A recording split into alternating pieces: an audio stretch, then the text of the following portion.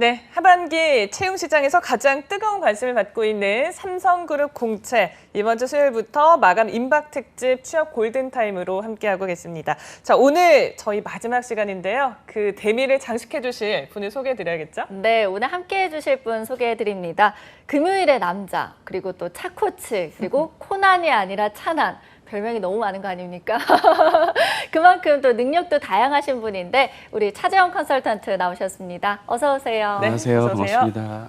네. 저희가 소개하는 데만 시간이 꽤 오래 걸려요. 그러니까요. 별명이 네, 네. 워낙 많으시잖아요. 네, 살면서 별명 많았던 적이 별로 없는데 요즘같이 별명 부자 너무 기분 좋은데요. 기분 좋게 시작할 수 있을 것 같습니다. 네, 자 이렇게 마감 임박 특집 취업 골든타임 저희가 준비를 했습니다. 아무래도 상반기도 다른 대기업들이 공채를 연기하는 상황이어서 혹시나 규모가 줄지 않을까라는 걱정도 있었는데 이번 삼성전자 공채 보니까 20개 계열사에서 채용을 진행하고 있더라고요. 예, 뭐 사실 상반기 때 채용이 많지 않았기 때문에 하반기도 그런 기조가 이어지지 않을까 걱정을 했지만 이미 삼성그룹은 그룹 차원에서 2018년도에 경제 활성화 그리고 일자리 창출을 목적으로 3년간 약 4만 명의 인재, 물론 이건 이제 초대졸과 고졸 채용을 포함한 수치입니다. 이 인원들을 실제로 채용을 해오겠다는 기조가 있었고 그 약속, 뭐 안 지키는 그룹사는 아니니까요. 그 약속을 지키는 차원에서 이러한 하반기 채용, 20년도 하반기 채용이 있지 않았을까 싶고요. 실제로 지난달 경제주간지, 경제일간지 기사에도 나와 있다시피 2018년도와 19년도에 이미 목표했던 4만 명 중 약 75% 이상이 채용이 쿼터가 도달했다라는 기사가 나오기도 했습니다. 단순 계산만 하더라도 올해 10,000명 정도의 채용이 전체적으로 삼성그룹 차원 내에서 이루어져야 하고 그 중심에 이번 하반기 채용이 있다라고 이해하시는 게 좋겠습니다. 네, 그럼 저희가 본격적인 삼성그룹 공채 분석에 들어가기 앞서서 어떤 계열사에서 채용을 진행하는지 먼저 알아볼까요? 예, 뭐 일일이 하나하나 읽는 게 오늘 뭐 무슨 의미가 있겠습니까? 어차피 마감이 약 3일 정도 남은 시점에서 덤덤하게 그냥 말씀드리도록 하죠. 많은 분들이 지원을 가장 많이 하실 삼성전자, 그리고 삼성전자에 조금이라도 관련이 있는 하위 산업들이라 할 수 있는 삼성 디스플레이, 삼성전기, 삼성 SDI를 비롯한 주요 제조 산업 중심의 회사들은 물론이고요. 금융 관련 계열사들 그리고 기타 계열사들 뭐 특이하다고 한다면 이제 삼성 S1 정도가 또 있을 텐데 이곳이 이제 또 빌딩 솔루션 사업을 현재 이어가고 있습니다. 따라서 빌딩과 관련된 솔루션 관련 직군들, 부동산 마케팅이나 빌딩 관련 업에 필요한 요소들 그리고 소프트웨어 개발 직군들도 영상 처리와 관련된 딥러닝 채용들도 존재하고요. 뭐 코로나19에 따른 신약 개발의 이슈 등도 존재한다면 이것을 생산하는 바이오로직스와 그리고 신약을 개발하는 바이오 에피스의 채용도 있습니다. 그리고 삼성 서울병원이 또 의외실 텐데요. 경영 지원직 중심의 채용이 일부 있습니다. 법무팀 채용까지 포함해서 다양한 계열사들의 채용이 있는 상황입니다. 휴. 네. 네. 와, 이렇게 쭉 보니까 계열사들이 정말 많습니다. 자, 여러분 잘 선택하셔야 될 텐데 여기 저희 제목처럼 정말 마감 임박했습니다. 여러분 열심히 준비해야겠죠? 우선 채용 일정을 간략하게 정리를 해볼까요? 예, 뭐 채용 일정은 이미 며칠 전 맞쌤을 통해서 영상을 통해서도 확인이 다 되셨을 겁니다. 그리고 이 영상을 뭐 언제 보셨건 혹은 지금 현재 라이브로 이 영상을 보시건 간에 기본적으로 그동안 해왔던 채용의 전형들을 담고 있습니다. 일단 9월 14일 월요일 오후 5시를 기점으로 주요 계열사, 아니 사실상 모든 계열사의 채용이 서류 접수가 마감이 되고요. 그 이후에 직무 적합성 평가를 거쳐 직무 적성 검사를 아마도 온라인으로 진행이 될 예정으로 알고 있습니다. 정확한 시점은 서류 전형의 합격 이후에 어느 정도 안내가 될 예정이고요. 11월 중에 면접을 한 번에 걸쳐 하루에 진행을 다 하는 것으로 알려져 있고 그걸 토대로 최종 합격이 올해 내로 결말이 나는 것이 삼성그룹 계열사들의 주요 채용 전형의 특징이라고 할 수 있습니다. 네. 그러면 저희가 이제 지원자분들이 궁금해하실 만한 내용 하나씩 알아보도록 하겠습니다. 먼저 코로나19 여파로 또 지난 상반기 공채에서는 아마 G사트가 온라인으로 진행되지 않았을까 싶은데 그렇게 진행이 됐고 아마 하반기에도 마찬가지가 아닐까 싶은 예상이 나오는데 어떻게 보시나요? 네, 그렇습니다. 그렇게 봐야만 하는 그런 상황이고요. 지류로 사람을 집합으로 모아놓고 한 번의 시험을 치르면 그 안에서 벌어질 수 있는 여러 가지 문제들이 코로나19 사태의 상황 속에서 벌어질 수 있기 때문에 지난 상반기 때 삼성그룹 차원에서 그리고 각 계열사들이 아주 잘 준비하신 덕분에 큰 문제 없이 온라인으로 G사트 시험이 성공적으로 마무리된 것으로 알려져 있습니다. 기존에 이제 지류 종이로 문제를 풀었던 여러분들의 노력들과 상황들을 고려한다면 낯선 스타일의 어떤 전형이라고 할 수 있었을 텐데요. 그래도 어쨌든 뭐 상세하게 회사 차원에서 밝혀지진 않으셨지만 어쨌든 뭐 치팅 행위, 즉 뭔가 부정 행위를 하는 그런 부분들에 있어서만큼은 정확하게 판단할 수 있는 그런 도구적인 장치들도 잘 준비를 하셨기 때문에 이런 부분에 대한 어려움이 좀 덜하지 않았을까라는 생각도 하게 됩니다. 또 이제 다양한 직군들이 또 존재하는데 그 중에서도 소프트웨어 개발 직군의 경우는 소프트웨어 관련된 역량 테스트도 또 별도로 준비가 되어 있어야 한다는 점, 이를테면 삼성전자라든지 삼성 SDS, 삼성 SDI는 바로 이 적합성, 직무 적합성을 평가하는 과정 다음 단계에서 소프트웨어 개발과 관련된 전형도 같이 이루어져 있으니까 그런 부분들 뭐 당연히 익숙하게 예상했던 부분이실 겁니다. 이런 부분들에서 자신의 코딩 역량을 잘 보여주실 수 있는 준비 필요하겠습니다. 네, 그 삼성 키트라고 하잖아요. 저희가 또 단독으로 영상을 상반기에 보내드리기도 했었는데 네. 이런 특징들이 있으니까 하반기에 좀 잘 준비를 하시면 좋을 것 같고 사실 기업마다 공채 특징이라는 게 있잖아요. 네네. 삼성그룹은 좀 어떨까요? 이 삼성그룹의 채용은 뭐 크게 한 3-4가지 정도의 특징이 있는데요. 가장 중요하다고 할 수 있는 건 학점 관리가 중요한 회사 전형이다. 이렇게 좀 이해하시는 게 좋을 것 같습니다. 학교에 대한 차별보단 학점에 대한 신상필벌, 차별이 분명한 특징이라고 할 수 있을 텐데요. 실제로 지방 수도권 인재를 20-30%의 쿼터를 두면서 채용을 하겠다는 의지를 지난 몇 년 전부터 수년째 이어오고 있는 이 회사의 특징이라고 할 수 있습니다. 물론 회사 차원에서 채용의 최종 인원수라든지 출신 학교 등을 오픈하지는 않지만 주변에 합격한 학생들의 사례들을 보더라도 주요 명문대학부터 지방의 유수의 대학들까지 다양한 커버리지의 합격자들이 대개 삼성그룹의 주요 계열사들에 분포되어 있는 것이 특징입니다. 학교보단 내가 학점 관리를 그리고 학교 생활을 얼마나 충실히 잘했는지에 따라서 학점을 깐깐하게 제대로 보는 기업이다. 일일이 한 과목 입력을 또 해야 되는 것이 서류 전형에서의 특징이니까 살펴봐야 되겠고요. 수년째 동일한 에세이 항목이 있다는 점도 특징입니다. 잠시 뒤에 살펴보겠지만 1번의 지원 동기, 2번의 성장 과정, 3번의 사회 이슈, 그리고 삼성전자 및 삼성카드와 같은 일부 계열사에 한해서는 직무와 관련된 질문 4번 문항, 이렇게 고정적으로 질문이 유지되어 오고 있다는 점이 특징인데요. 이런 점은 결국 문항의 변별력을 갖추고 있다. 이 변별력 있는 문항에서 얼마만큼 효과적으로 자소서를 잘 써주셔야 되는가, 이것도 중요하다고 할 수 있습니다. 아직 끝난 거 아닙니다.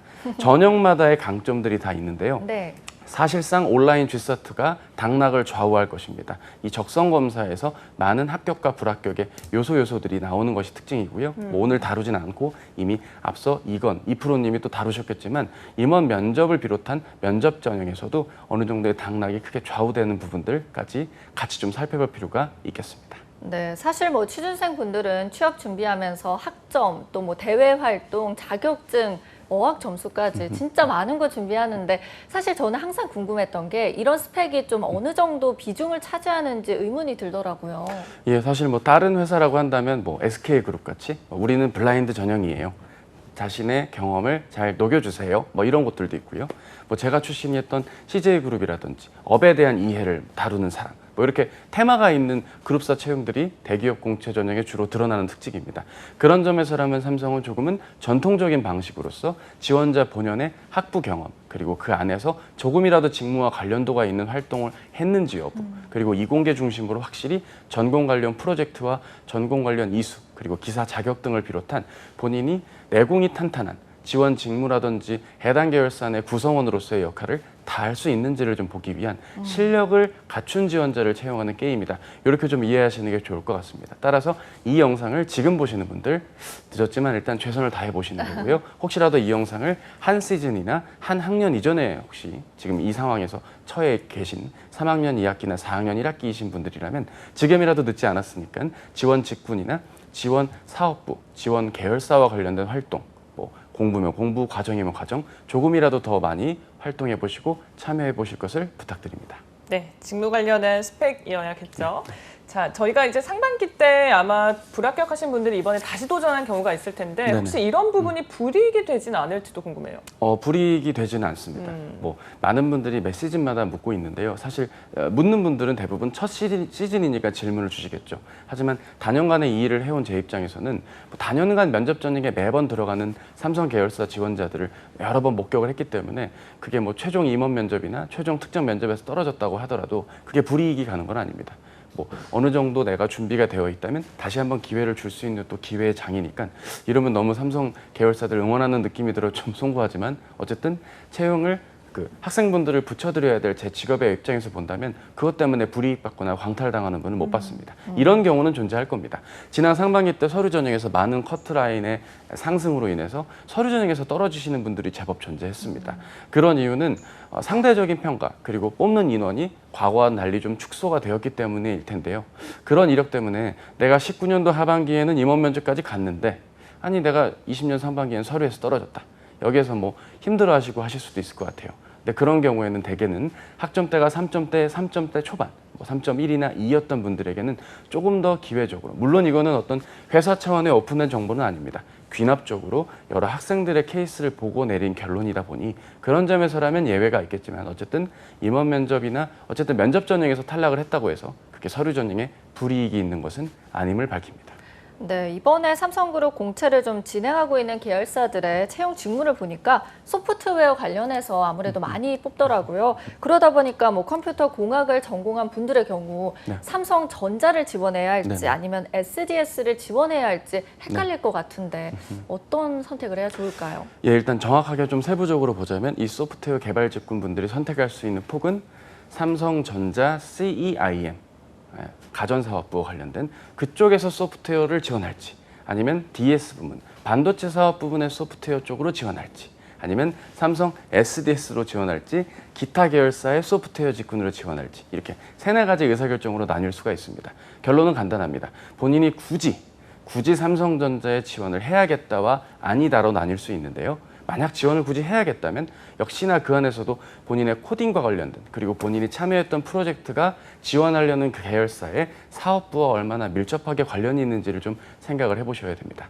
사피라든지 삼성그룹 차원에서 많은 학부생들에게 교육에 도움을 주고 있는 그런 활동이나 프로그램 혹은 학부 과정 혹은 뭐 일부 석사, 뭐 석사는 논외로 하겠습니다. 어쨌든 학부 과정 내에서 조금이라도 내가 5G라든지 뭔가 무선 사업 아니면 뭔가 가전과 관련된 소프트웨어가 들어갈 수밖에 없는 그런 코딩과 관련된 프로젝트 경험 이력이 풍부하신 분이라고 한다면 CEIM 부문의 소프트웨어 개발 쪽으로 지원을 하는 것이 맞고요. 아니다. 내 코딩 실력 자체는 있는데 유관 경험 자체는 좀 떨어지고 앞으로 들어가서 더 가능성을 더 어필을 해야 된다고 한다면 DS 부분의 소프트웨어 개발직으로 지원을 하셔야 되는 겁니다. 아우 너무 좀 복잡하고 속상하실 수도 있겠죠. 그러면 SDS에 쓰셔야 되는 겁니다. 네, 명쾌하게 짚어주셨는데 사실 이공기분들은 많은 선택지 중에서 어디가 나와 더 유리할까라는 걸 고민한다면 네네. 인문상경계 분들은 선택지가 없기 때문에 또 고민이 되실 것 같은데 혹시 추천하는 좀 분야 있을까요? 그렇죠. 저도 이제 인문상경 출신이다 보니까 더군다나 어문 계열 출신 강사다 보니까 이런 말씀 들을 때마다 마음이 참 아픕니다. 네. 하지만 어쩔 수 없죠. 앞으로는 더 채용이 어려워질 수도 있는 것이기 때문에 이번 기회를 좋은 기회로 삼아야 할 텐데요. 일단 삼성전자와 그렇지 않은 계열사 둘로 나누어 놓고 생각해 볼 필요가 있습니다. 삼성전자라고 한다면 전통적으로 이제 영업 마케팅 부문과 해외 영업 쪽에 많은 지원들을 하실 텐데요.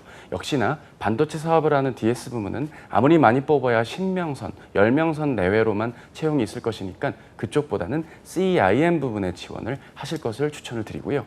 마케팅 쪽은 TO가 전통적으로 적습니다. 차라리 해외 영업이 조금 더 많고 한국 총괄에서의 국내 영업 쪽을 고민해 보실 필요도 있고요. 만약에 내가 학점이 너무 낮다거나 활동 이력이 너무 적다면 삼성전자의 영업이 아니라 지난 방송에서 맞쌤도 말씀을 주셨지만 삼성전자 판매 서비스로의 지원도 공채 전형이니까 노려보셔야겠죠.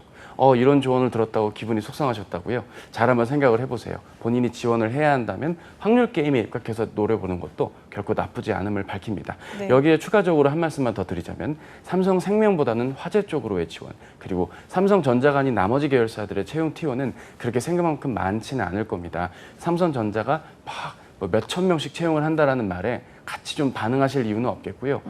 인문상경계는 그렇게 채용의 TO가 많지 않음을 분명히 밝혀드립니다. 네, 그래도 뭐 문이과생 모두에게 좋은 기회가 되지 않을까 싶은 생각이 드는데 사실 또 하나 고민인 게 이렇게 그룹 공채가 동시다발적으로 열리면 어떤 그룹사에 좀 지원을 해야 좋을까 이것도 고민이 많이 되거든요. 네, 결론은 삼성전자에 지원을 하시는 게 좋지 않을까가 일단 일반론적인 결론일 텐데요. 조금만 더 세부적으로 들어가 볼 필요가 있습니다. 네. 이런 겁니다. 내가 학점적으로도 4점대에 가까운 실력 혹은 4점대 이상을 보유하고 있고 근무 관련 경험이나 경력이 존재한다면 그리고 관련 프로젝트나 내용들이 내공이 탄탄하다면 소신 지원을 노리시려는 분들도 분명 존재하게 되실 겁니다. 이를테면 내가 재료공학 혹은 뭐 신소재를 졸업을 했다. 그럼 내가 이러한 상황에서 특정한 SDI라든지 뭐 디스플레이, 뭐 조금이라도 내가 전공적으로 특화된 쪽의 계열사로 지원하는 게 맞을지 아니면 삼성전자로 들어가는 게 맞을지라고 고려했을 땐 소신 지원을 하시는 것 또한 충분한 전략이 될 수 있다고 봅니다. 마치 대입의 눈치 전략과 같은 느낌으로 말이죠. 반면에 그렇지 않은 분들의 경우라고 한다면 가급적 확률 게임에 입각해서 조금이라도 더 채용이 많은 쪽으로의 지원을 해보시는 게 어떨까 싶고요. 참고로 말씀드리면 산업공학도 분들의 경우는 이제 삼성전자에 한해서 아무래도 생산관리직의 채용이 넓게 문호가 열려 있으니까 이 부분들은 좀 논외로 해서 좀 적극적인 지원을 해보시는 것도 좋겠습니다. 네, 자 이제 서류 마감까지 사흘 남았습니다. 저희 이제 자소서 하나씩 좀 들여다보려고 하는데 우선 1번 항목부터 살펴보겠습니다. 삼성그룹 계열사를 선택하시고요. 여기에 지원한 이유와 입사 후 회사에서 이루고 싶은 꿈을 기술하십시오. 700자라고 되어 있습니다. 지원 동기를 묻는 항목인 것 같은데요. 맞습니다. 지금 이런 직업방송 출연횟수도 정말 오래오래 되었는데 나올 때마다 지원 동기는 늘 이렇게 관심사이고 중요한 질문인 것 같습니다. 어쨌든 이 지원 동기에서 가장 중요한 건 본인이 좋아해서 지원했다는 말만으로는 설명이 불충분할 겁니다. 그렇게 써도 붙은 선배 있어요. 네. 채용의 규모가 워낙 많기 때문에요. 그렇게 써서 붙은 분은 분명 임원 면접 때 어려운 질문을 받게 될 겁니다. 그 지원 동기 잘 봤는데 우리 차재원 지원자 혹시 본인이 왜 뽑혀야 된다고 생각하시죠? 라는 질문을 받게 될 거예요. 역으로 말하면 내가 채용되어야 하는 이유가 먼저 작성이 된다면 임원 면접 때 좀 불편한 질문을 피해 가실 수가 있겠죠. 따라서 지원 동기의 가장 큰 기준은 내가 녹봉, 어느 정도 월급을 받고 근무를 하는 구성원으로서 왜 채용이 되어야만 하는가에 초점을 두고 접근을 해주셔야만 다른 회사도 아니고 삼성그룹의 그 계열사에 내가 지원을 한다는 말의 논리가 성립될 것입니다. 또 지원 동기를 작성할 때 나랑 연관성이 있는지 없는지 이걸 잘 기술하는 것도 중요하다고 하던데 왜 그런 거죠? 네, 뭐 이 정도면 이제 완전 전문가가 다 되셨습니다. 100일 정도 출연하면 이런 또 놀라운 일이 벌어지는 거겠죠. 자, 어느 정도 관련도가 있는 분들, 이를테면 내가 뭐 올드루키로서 삼성전자라든지 삼성그룹의 특정 계열사의 1차 협력사에서 근무를 했기 때문에 해당 사업장, 지금 지원하려는 계열사의 사업장에서 근무했던 이력이 있다. 예, 그 얘기부터 시작을 하셔도 전혀 무리가 없겠습니다. 바로 나와 해당 회사가 조금이라도 관련이 있을 때의 이야기죠.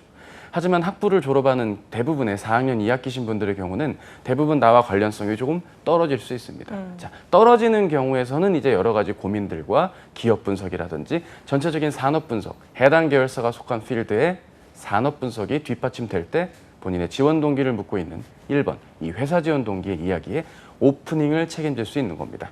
많은 구직자분들이 이 지원 동기를 쓰실 때 뭐 삼성 계열사뿐만 아닙니다. 전국의 모든 구직자가 업종 불문 산업 막론하고 지원 동기의 초반 3문장, 4문장을 못 적는 게 문제입니다.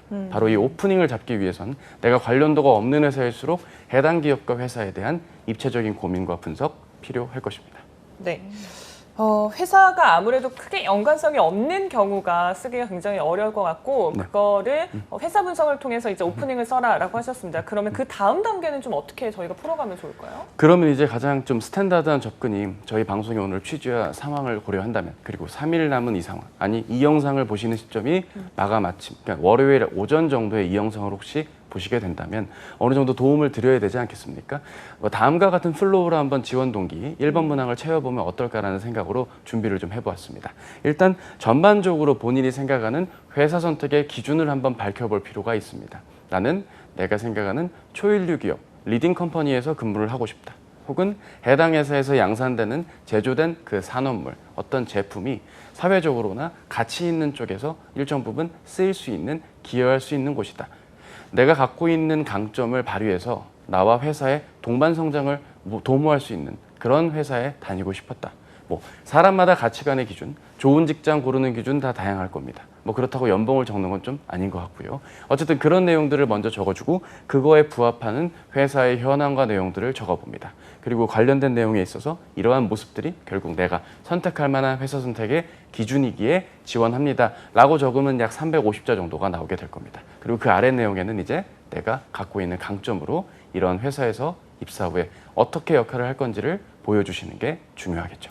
네, 뭐 아무래도 채용을 하는 입장에서는 지원자가 기업과 연관성이 많으면 그만큼 또 직무 그리고 회사에 대한 이해도가 높지 않을까 이런 생각에서 그런 거 아닐까요? 네, 맞습니다. 뭐 질문이 뭐 그냥 미술 있게 잘 넘어가서 너무 뿌듯합니다. 아, 마음에 드십니까? 예, 오늘? 매우 마음에 듭니다. 여러분들도 마찬가지입니다. 저희 박서연 아나운서님, 유미정 아나운서님 다 이해하고 계시는 것처럼 여러분들께서도 해당 기업에 들어가기 위한 노력의 차원으로라도 일정 부분 나의 글이 나와주는 것도 중요할 텐데요. 그 관심의 시작은 바로 기업의 현황을 잘 이해하는 것입니다. 가끔 저와 같은 직업을 가진 분들이 이런 이야기를 합니다. 회사 지원 동기 쓰는데 나에 대한 이야기가 빠지면 섭하지. 예, 뭐 물론 맞는 말씀입니다. 하지만 지금 이 회사의 경우는 나에 대한 이야기를 담을 수 있는 이야기가 다른 항목들에도 충분히 들어갈 수 있기 때문에 온전히 회사를 선택한 이유와 입사 후 포부를 적어야 되는 이 회사만의 1번 문항에 입각해서 말씀을 드린다는 점 오해 없으시길 바라겠습니다. 일단 그런 부분을 놓고 고려했을 땐 일단 회사의 현황과 사업의 특징을 한 문장 정도로 정리를 한 뒤 정리한 내용을 바탕으로 내가 생각할 수 있는 그 회사의 현황과 특징에 맞게 나의 강점을 잘 발휘할 수 있다는 점을 연계지어서 지금 화면에 나오는 CG도 참고해서 봐주시면 좋겠군요. 이러한 플로우로도 앞서 보여드린 플로우와는 또 다른 버전의 플로우가 나올 수도 있습니다. 이 지원 동기의 종류는 다양한 겁니다. 비유를 들긴 좀 그렇지만 남녀 간의 고백 같은 것도 그런 겁니다. 내가 왜 좋냐는 말에 눈이 예쁘다는 말만 반복하면 안 되겠죠. 코도 예쁘고 마음씨도 착하고 너랑 나랑 성격이 연결고리가 맞고 뭐 다양한 이유가 있는 것처럼 기업에 지원하는 이유 또한 다양한 구성과 방법이 나올 수 있다는 걸 비유를 든 겁니다. 오해 마시고요. 네. 어쨌든 그렇다는 걸 기억해 주십시오. 그러니까 이게 사람이 하는 일이다 보니까 나한테 관심이 많은 건 얘기해보면 알잖아요. 그래서 저희도 차쌤한테 굉장히 관심 많은 거 아시죠? 감사합니다. 부끄럽네요. 네, 알겠습니다. 자, 이제 에세이 2번 항목 한번 살펴보겠습니다. 자, 본인의 성장 과정을 간략히 기술하되 현재 자신에게 가장 큰 영향을 끼친 사건, 인물 등을 포함하여 기술하시길 바랍니다. 라고 되어 있고요. 작품 속의 가상 인물도 가능합니다. 그런데 와, 1500자 굉장히 긴 글이 될 것 같아요. 네, 1500자. 그러니까 하나의 스토리 가지고 한 명의 인물 가지고 1500자를 쓸 수는 없는 것입니다. 일단은 두 가지를 좀 말씀을 먼저 좀 드리고 싶은데요. 이 에세이가 아니고 그 앞단의 자소서 항목 중에 존경하는 인물을 적는 것과 이 가상인물을 일치시켜야 되느냐 뭐 이런 질문들을 간혹 하십니다. 일치시켜야 될 이유가 없고요. 가급적 인물을 적기보다는 본인의 스토리텔링을 좀 추천을 드리고 싶습니다. 두 번째, 만약 인물을 할 거면 굳이 가상인물을 해야 되는가 이 부분도 좀 의문이 남습니다. 뭐 이를테면 뭐 루피, 뭐 특정 만화 캐릭터, 뭐 강백호, 뭐 이런 정말 이 세상에 없는 그런 인물들을 대입하고 뭐 곰돌이 푸는 뭐 행복해요 하는 그런 에세이가 유행할 땐 다 곰돌이 푸를 적었던 그런 신비 체험을 저는 한 바 있습니다. 지금 이 직업을 갖고 있는 분들도 이 영상 가끔 보실 텐데 네. 제 얘기에 100% 공감하시리라 생각합니다. 선생님들 맞잖아요, 제 얘기. 그렇지 않습니까? 그리고 존경하는 인물들이 무슨 우사인 볼트, 독일의 골키퍼 마누엘 노이어, 백종원, 유재석 뭐 이런 훌륭하신 분들이 굳이 이 성장 과정에 그렇게 지대한 영향을 끼쳤다면 굳이 이번 문항에 들어가야 될까? 그냥 존경하는 인물에만 올라가는 게 어떨까라는 생각을 하게 되고요. 글 자체로만 놓고 봤을 땐 두 개의 에피소드로 100자가 전체적으로 요약하는 문단의 처음이나 맨 마지막에 요약하는 한 문장이나 두 문장 그리고 에피소드별로 700자씩 나누시거나 500자씩 세 문단으로 나눠주실 것을 부탁을 드리고 싶어요. 어느 정도 스토리텔링이 필요하다는 건 맞지만 애매한 등산 스토리라든지 다이어트 일화는 그렇게 적합하다고 볼 수는 없습니다. 특히 의외로 이런 실수를 이공계 분들이 많이 하실 텐데요. 결론을 내려드릴게요. 네. 본인의 학점 수준이 너무 낮으시다면 굳이 이러한 스토리텔링 산도 높은 산이어야지 무슨 청계산이라든지 그런 산을 올라갔고 내가 뿌듯했다? 글쎄요. 그게 엔지니어로서 뿌듯함과 얼마나 이견이 있을까요? 네. 저라면 차라리 그런 이야기를 할 바엔 차라리 본인이 전공때 했던 프로젝트라든지 이런 활동들을 한 걸로 인해서 나의 낮은 학점을 보완하기 위한 노력으로 가주시는 게 오히려 낫겠고요. 학점대가 높다면 인성적인 스토리텔링 하나 그리고 본인의 공학 프로젝트를 비롯한 다양한 활동들이 들어가야 됩니다. 인문상경의 분들도 마찬가지입니다. 너무나 그냥 대인관계적으로 내가 좀 착하고 이렇게 웜하티드한 이런 착했던 느낌보다는 어느 정도 문제 상황이라든지 어려움을 극복할 수 있는 나의 노력들 리더건 팔로워건 상관은 없습니다. 그런 활동 속에서의 나의 역할과 모습들이 보여주면 좋겠고요. 가장 중요한 거 만약에 삼성전자나 카드와 같이 4번 문항에서 스토리텔링하는 에피소드가 있다면 2번과 4번 문항이 겹쳐서는 안 되겠습니다. 쌤, 그러면은 조금 신선했던 네. 사례 한두 가지만 알려주시면 안 돼요? 신선했던 사례요. 네. 근데 신선했던 사례의 소재는 어디까지나 그 학생의 특징과 시그니처가 있었기 때문입니다. 제 예전 학생 중에 열기구 국가대표 학생이 있었습니다. 우리나라에 열기구 국가대표라는 게 존재합니다. 우와. 와, 하늘을 난다, 그 열기구 있죠. 그 열기구 국가대표 했던 스토리텔링은 소재 자체가 신선하니까 벌어지는 일이겠죠.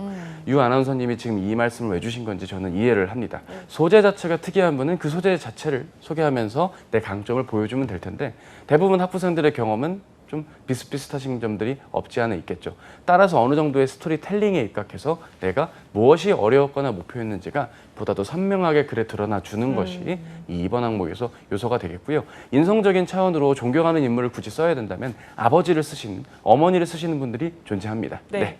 쓰십시오. 근데 왜 어머니나 아버지를 존경하는지 근거가 나와야 되고, 근거 불충분이면 분명히 서류적으로도, 그리고 서류가 통과된다 해도 면접 때 어려운 질문을 받게 될 겁니다. 제 실제 학생의 사례도 아버지가 존경한다, 아버지의 좌우명을 따랐다라는 말만 적은 친구는 임원 면접 때 아버지 관련된 질문을 무수하게 받았습니다. 혹시 요즘 말로 파파보이 같은 거냐? 요즘 말이 아니죠, 그죠? 신비하지 않습니까? 뭐 이런 이야기를 들으면서 본인이 난처했던 기억들. 나는 엔지니어인데 면접 질문이 파파보이라니 얼마나 당황스럽습니까, 여러분? 따라서 내가 근거 있는 존경의 표현들이, 존경의 이유가 잘 나와주는 것도 중요하겠습니다. 네, 아마 전략적으로 좀 잘 기술할 필요가 있지 않을까 하는 생각이 듭니다. 저희 그러면 이어서 3번 항목도 알아볼게요. 최근 사회 이슈 중 중요하다고 생각되는 한 가지를 선택하고 이에 관한 자신의 견해를 기술해 주시기 바랍니다. 천자라고 적혀 있네요. 예. 이건 어떤 점들을 좀 유의하면 좋을까요? 이 항목도 단연간 바뀌지 않고 나오는 문항입니다. 지금 포스코, 그리고 출제는 안 됐지만 빙그레, 그리고 이제 삼성그룹과 같은 곳들이 사회 이슈나 지원하는 회사와 관련된 사업 이슈 등을 주로 묻곤 합니다. 네. 일단 결론부터 말씀드리면 가급적 지원하려는 계열사와 관련된 이슈를 적는 것이 작성을 하는 스토리텔링에서도 적절할 것입니다. 예를 들어서 이공계열 분이 이번 항목의 공학 프로젝트의 소재가 하나 나왔다. 그게 예를 들어서 3D 프린팅이면 3D 프린팅, AI면 AI, 반도체면 반도체. 관련된 교육과정이나 프로젝트 내용이 있다면 그거와 관련된 내용을 3번에 이어서 적어주시는 것도 자연스러운 글의 흐름에 적절할 것입니다.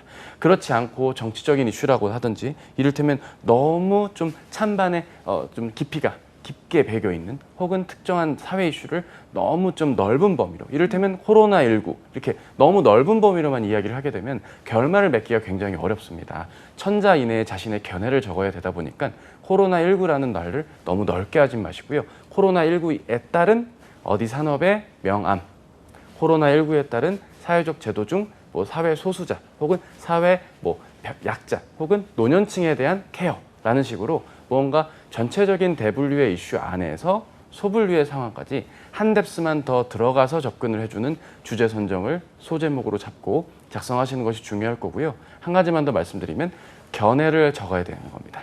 견해. 나의 생각을 적어야 되는데 대부분 글의 마무리를 이런 거예요. 이를테면 어쨌든 코로나19가 걱정이니 사회적 합의가 요구된다. 전망된다. 이러고 끝나면 그건 뉴스에서 알아서 다 해주시는 겁니다. 네. 우리는 그쵸, 견해를 밝혀야 되니까. 그렇기 때문에 삼성그 계열사의 구성원으로서 이러한 부분에 대한 대비가 필요하겠다. 혹은 내가 지원한 이 계열사 차원에서도 이러한 기업적 차원의 노력이 요구될 것이다. 정도의 마무리는 한 문장이라도 더 해주실 것을 부탁드립니다. 왜 필요하냐? 그걸 안 적으면 면접 때 분명 물어보게 될 거예요. 네. 삼성 면접은 스케일링 치료 같은 면접이다. 그런 면에선 좀 디테일한 마무리 신경 써주실 것을 부탁드립니다. 그러니까 나의 생각이 꼭 있어야 된다라는 말씀이신 것 같아요. 그래서 내가 조금 더 자신 있는 분야를 얘기하면 될 것 같은데 궁금한 게 사실 코로나19는 누구나 알고 있는 사회 이슈잖아요. 네네. 근데 이제 미중 갈등이라든지 반도체 관련 이런 것들은 산업 이슈가 될 텐데 네네. 그러면 조금 더 산업 이슈를 했을 때 유리하지 않을까라는 생각도 들더라고요. 그렇진 않은 건가요? 이런 겁니다. 내가 산업 이슈를 애매하게 아시는 분들이 이걸 잘못 접근했다간 면접 때 굉장히 어려워질 겁니다. 그러니까 여러분들이 삼성그룹을 지원할 때 이 3번 문항만큼은 서류 통과용이 아니라 면접 전형까지 고려한다고 보시면 됩니다. 서류에서 가장 비중이 낮은 항목이 바로 이 3번 항목일 텐데요. 이런 겁니다. 만약에 4번 항목, 저희가 오늘 다뤄드리진 못하겠지만 시간 관계상 4번 항목에서 직무 관련된 경험을 적어야 하는 특정 계열사가 아닌 곳들은 3번 3번 항목에서 꼭 산업 이슈라든지 지원 직군과 관련된 이슈를 적어주셔야만 조금이라도 내가 지원 직무에서 어필할 수 있는 포인트를 확인하실 수 있을 건데요. 애매하게 아는 경우를 애매하게 적었다가 임원 면접 때 더 딥하게 질문이 들어올 수 있습니다. 좋은 이슈로 3번 문항 적어주셨는데 이게 그러면 대만 업체가 추격을 한다는 거라는 전망에 대해서는 어떻게 생각하세요?